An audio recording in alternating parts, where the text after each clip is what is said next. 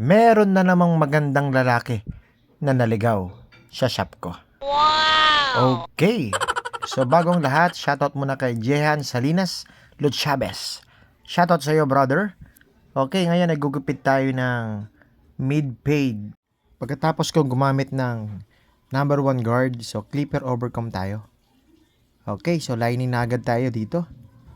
Medyo babaan lang natin ng konti para medyo makapag-adjust ba. Okay, so kunin na natin tong ilalim, itong foundation na ito. Sarap talagang kumain nitong Shinonai, oh.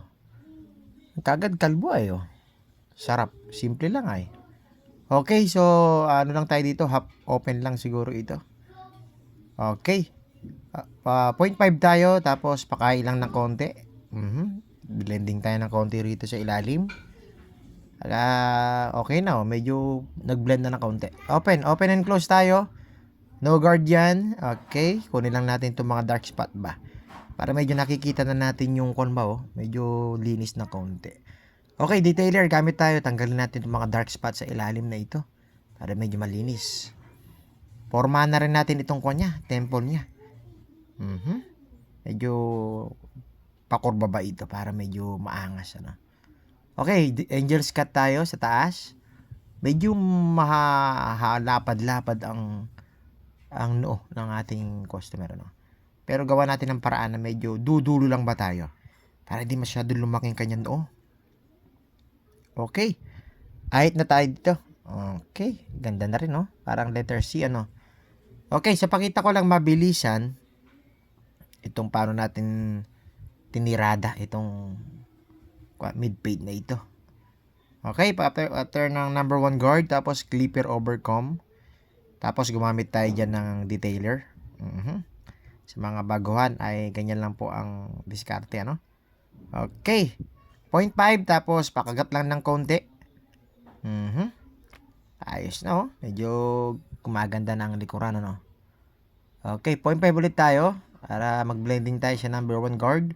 Tapos no guard yan. Pakain lang ng kalahating ipin lang para matansya natin ang taas ba.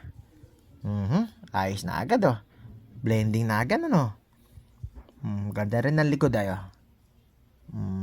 Ayos. So, doon ay nag-level cut na rin ako sa kabila. Nakita ko sa inyo. Okay, ito yung temple niya. Pinorma na rin natin. Ahit na rin tayo para medyo maangas-angas na. Bawas na rin tayo. Tanggalin natin medyo kapal. Ang gusto ng customer ay medyo hiklian daw ba natin, parang mag-style bang ipag-crop top ba, pero medyo mahaba ang kanyang buhok sa harapan dahil medyo ng noo niya medyo mataas ay. Kaya medyo habaan natin ang harapan. Ayos na rin ang forma, oh. Ayos din ang pagkakakuha niya. Okay, itong kanyang buhok makapal na parang papalaban tayo. Okay, ito ang ating finished product. Ayos din, oh. Medyo ganda rin. Linis din, oh. Ganda rin ng likod. Sa kabilang side, check natin.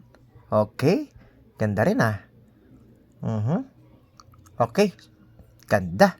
Okay, don't forget to follow and like. Pa-share na rin. Thank you, Lord.